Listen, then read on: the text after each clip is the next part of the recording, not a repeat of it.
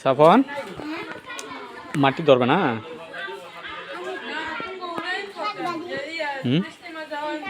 এটা হলো এক রুম আছে, আর এই যে মাঝখানে সাফন এমন আছে, এই জায়গায় হলো মাঝখানের রুম, আর ওই কোনায় একটা আছে 3 নাম্বার রুম। তাহলে 3টায় আছে হলো 13 ফিট বাই 13 ফিট এক একটা রুম।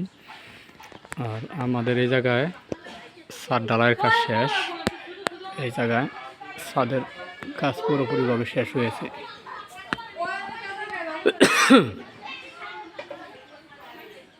এটা হলো 3 রুম। আর এই যে এই জায়গায় আমাদের বাথরুম আছে 2টা জায়গা, এই একটা বাথরুম, এই একটা বাথরুম। আর এই জায়গায় লম্বা দেখা যাইতেছে যেটা, এটা হলো বারান্দা থাকবে। বারান্দা হলো 9 ফুট।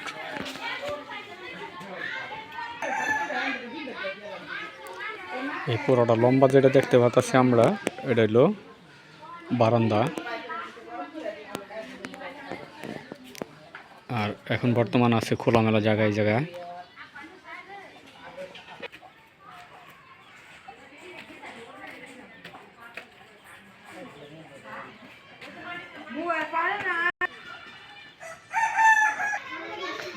নাক বারান্দা আছে, নাক বারান্দার জন্য 2টাই যে রড বাইক করে রাখছে খোলামেলা।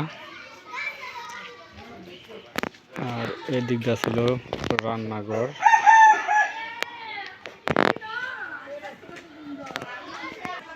এটা হলো রান্নাঘর। এই জায়গায় একটা হলো এই রুম একটা, আর এই জায়গায় আর একটা আছে বারান্দা। এই বারান্দার সাথে এই কোনার রুমটা সাফানের যে উঠতেছে, ওই রুমটা হইব ওয়াশরুম বাথরুম। কালো পলিগুলো জ্বলতেছে।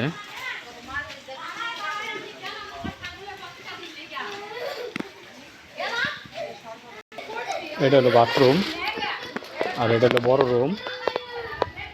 এটা বড় রুম। আর এদিকটা যদি দেখাইলাম, এই যে 3 নাম্বার রুম, এদিকে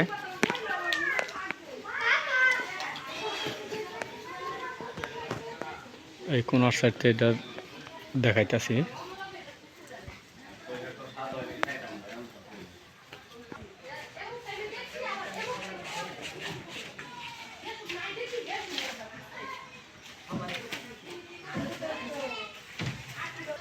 হ্যাঁ, সাদে সাদে না,